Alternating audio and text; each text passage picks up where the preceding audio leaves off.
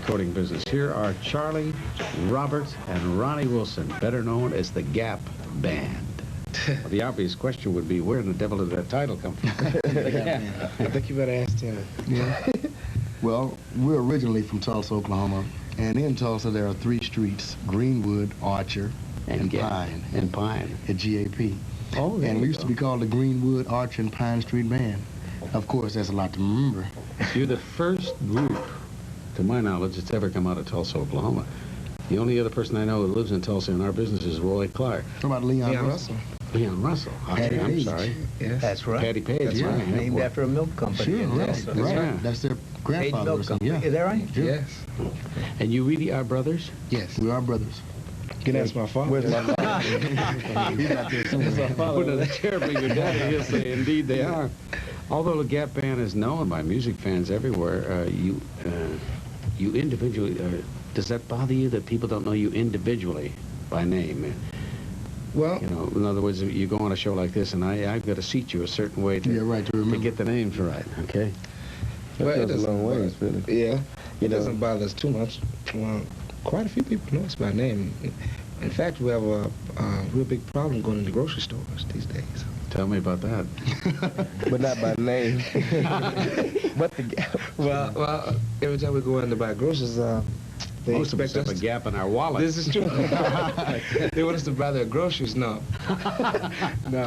No, we don't have. That's not a big problem. You just came off the road, just finished a tour, huh?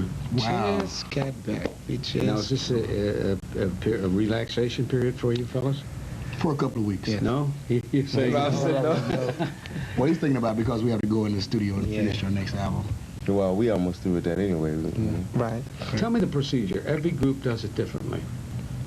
An album. Some of them go in and do it all in one hunk, you know, just to get it over with the 3, 4, 5, 6, 7 days, whatever. Others go in and do a little bit and then take a little period and get away from it. Because when you're recording, you get to the point where everything sounds great. And then you go back the next morning, you go, wait a minute. That doesn't sound like it sounded last time. Am I right, gentlemen? Yes, Is you're that right. true? That's Now, you're exactly right. You know what, Mike? This is the way we record. My brothers and I, we go in there because Lonnie Simmons and Don and my father and my mother, you know, we all get together for a family. You know, the family comes and participates. We work the material out at home and hash everything over there, and then we go in the studio and we record live.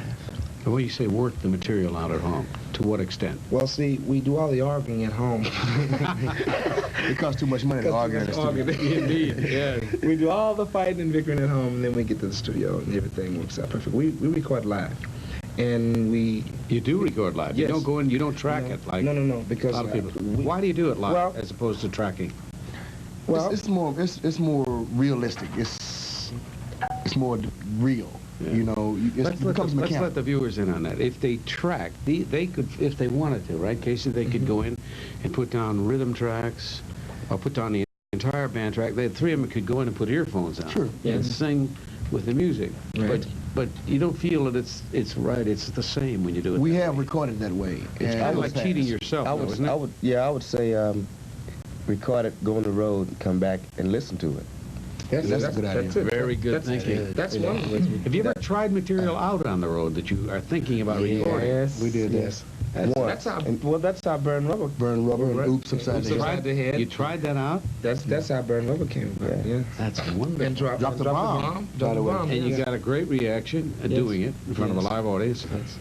That's the best way to find out if it's It's a going to winner connect when- on the air. Am I right? Good response from the audience. You have to be great singers to do that, and you have to really have your act together. And because you've been doing it for years and years, and because you're not only a great studio group, but you're also a great visual group, Yeah. you really have got it together, and it's paid off. Thank you. Is that a tough part of getting it together, the visual aspects of it? Wow.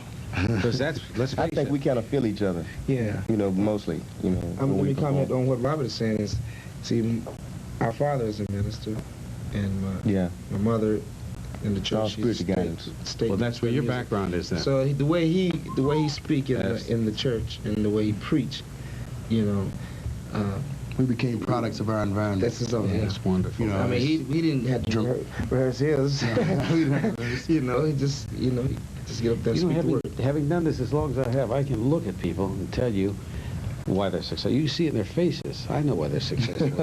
They thoroughly enjoy what they're doing. You got something going for you that is really special, and that is your brothers. And there's nothing like the blend of guys being from all one family. Yeah. You can't get blends like that. You usually can't go out and tap somebody on the shoulder. Can you sing top tenor or baritone? Right. Well, you know, they're only really beginning when you come right down to it. right. See, they've had a dozen big hits on the soul chart.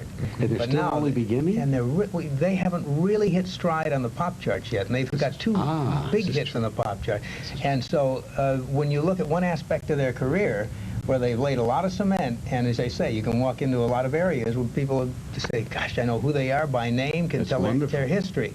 But now, with the past two big hits on the pop chart, I mean, that's only the beginning. It's opened the door, and now they're ready, and with all the success they've had, they're ready to go even further and reach new heights in their career. Hey, Not that you aren't tremendous as the If we success continue to live. Thank you, gentlemen, for coming by. Yes, And, pleasure. Thank you. Look for this Gap Band #4. And they were with us. And these boots, of course. Look for those boots. Look for the boots.